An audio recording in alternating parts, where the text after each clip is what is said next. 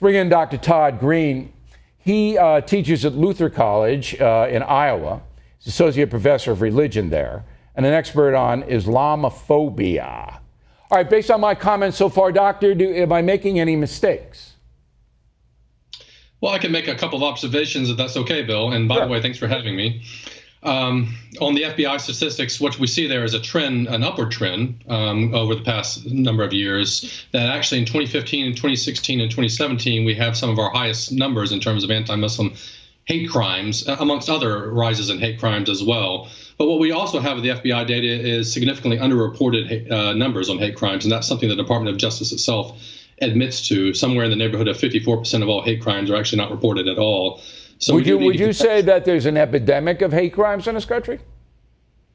I would say in the past couple of years, in terms of percentage is an increase of hate crimes. Yes, we are encountering some alarming numbers when it comes to hate crimes, not just targeting Muslims, but targeting people of color, racial, religious minorities as well. Okay, but there's still, if you add them all up, there's almost 1,000 in 1 year with a population base of 330 million people.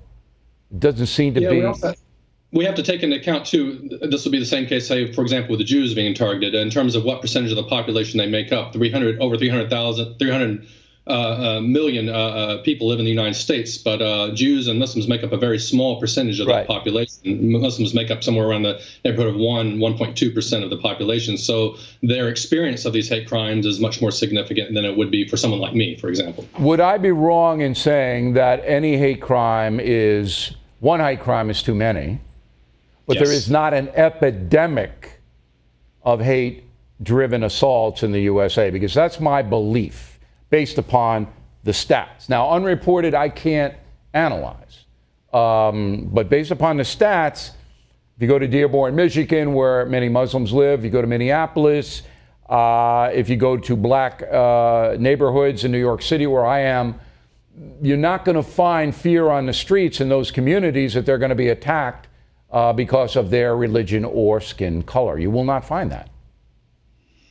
I think when we take a look at the hate crimes, not just the FBI data, but also the caveat I gave earlier about the unreported crimes, I do think we are seeing a bit of an epidemic in terms of hate. I can't analyze that, Doc. I just can't. Unreported crime, very tough to analyze. Now, Understood.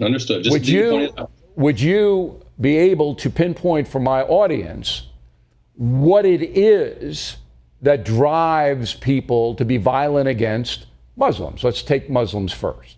What is it that drives people to be violent toward that group?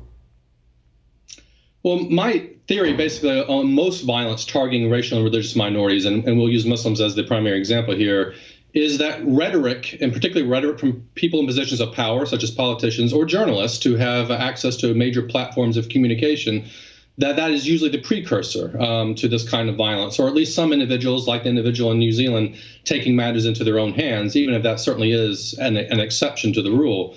But I follow Abraham Joshua Heschel, the famous Jewish philosopher, on this, who, in referencing the Holocaust, famously said, "Words create worlds."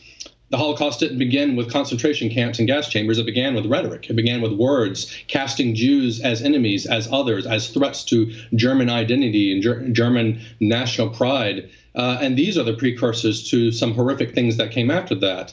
And so I do think the rhetoric targeting Muslims and the policies targeting Muslims in the United States and Europe particularly have been precursors to some of the violence we have seen, and particularly in the past several years where we've seen a sharp uptick in anti-Muslim hate crimes in America and also over in Europe.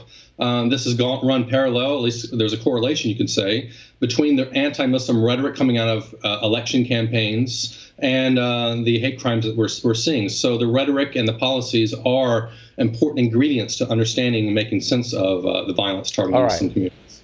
I'm going to give you a scenario now, and I need a yes or no on it.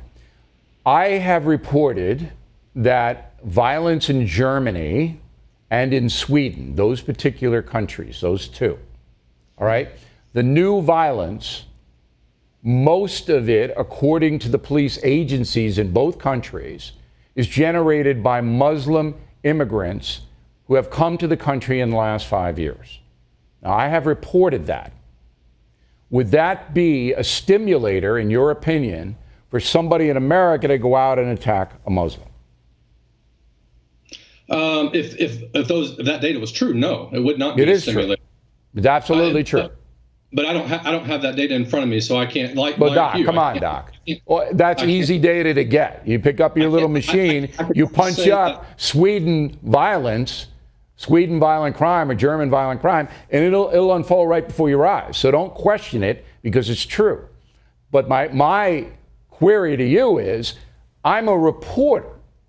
I report, and those things, I don't want to be responsible for anyone attacking a Muslim, all right? I don't. But I have to report the facts as they appear.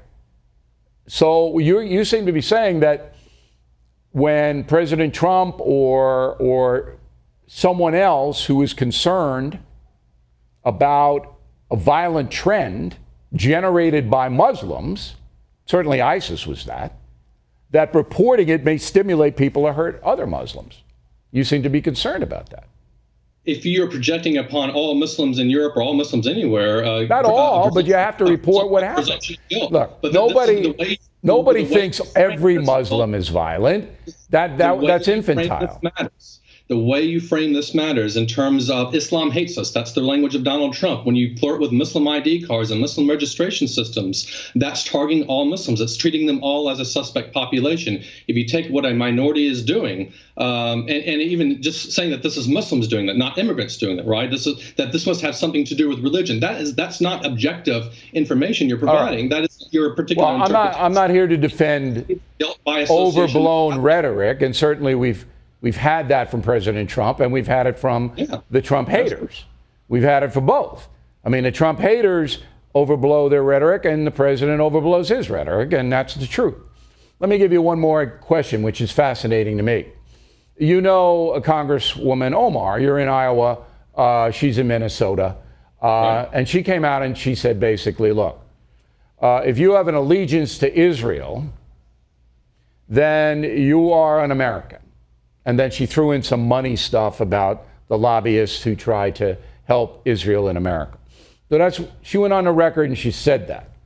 Okay, so she was accused of being anti-Semitic and she took criticism from a lot of different areas. On Fox News, a commentator then said to her or about her, hey, you wear a hijab covering, and you apparently believe in Sharia law, which the Congresswoman has not denied. Is that opposed to our Constitution, Sharia law?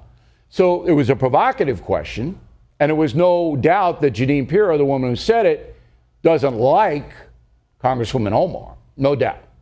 But is that a stimulator for violence against Muslims?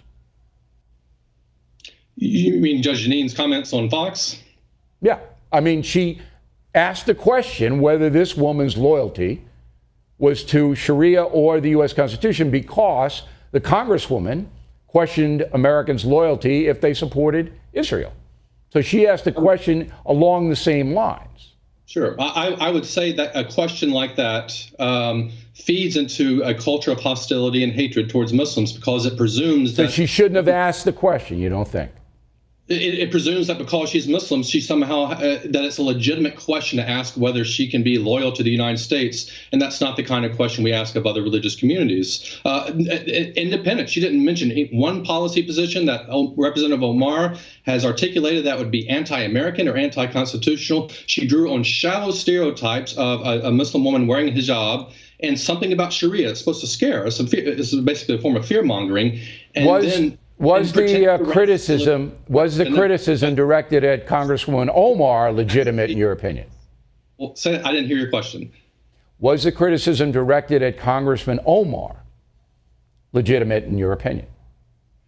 I think it's always fair to ask questions about how we talk about critiques of Israel or the influence of lobbying organizations on politics, and how do we do that in a way that doesn't slide over into anti-Semitic tropes. And so that was a very robust conversation that took place. But fundamentally, do I think it was wrong for Representative Omar to raise the question of whether there are lobbying organizations that have influence in Washington? That's kind of like arguing whether water is wet. Of course, it's a fair question to ask. But we as a nation. But it wouldn't have been fair for Pirro to ask a question about her?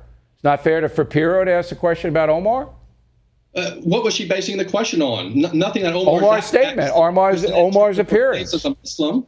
Omar's appearance and loyalty to Sharia, alleged loyalty. Anything that Representative Omar has articulated as a Muslim. She just assumed that because she was a Muslim, because she wore the hijab, because she. All right, I can understand your point of view there. Somehow it's a legitimate question to ask whether she is loyal to the United States. That is one more question. One more question for you. Sure. I would have asked the question to Congresswoman Omar this way. This is what I would have asked, okay? And you can tell me whether this stimulates violence against Muslims. I would say, Congressman Omar, do you believe in Sharia law? Do you follow Sharia law? Yes or no? And if she answered affirmatively, I would have said, are you aware that this aspect of Sharia directly contradicts the U.S. Constitution? Now, whatever she says, but would those questions have then, in your opinion, ignited bad feeling against Muslims?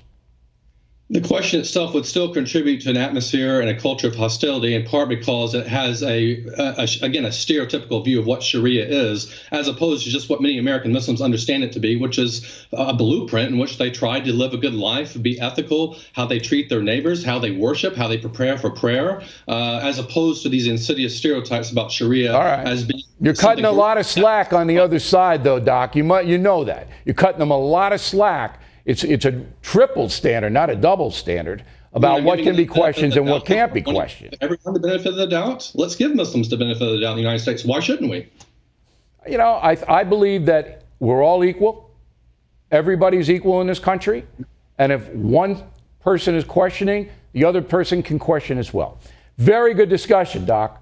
I'm going to stop by Luther College when I'm out there in Iowa and buy lunch, and I appreciate it very much. Fair enough. Okay. Thanks for the conversation. All right.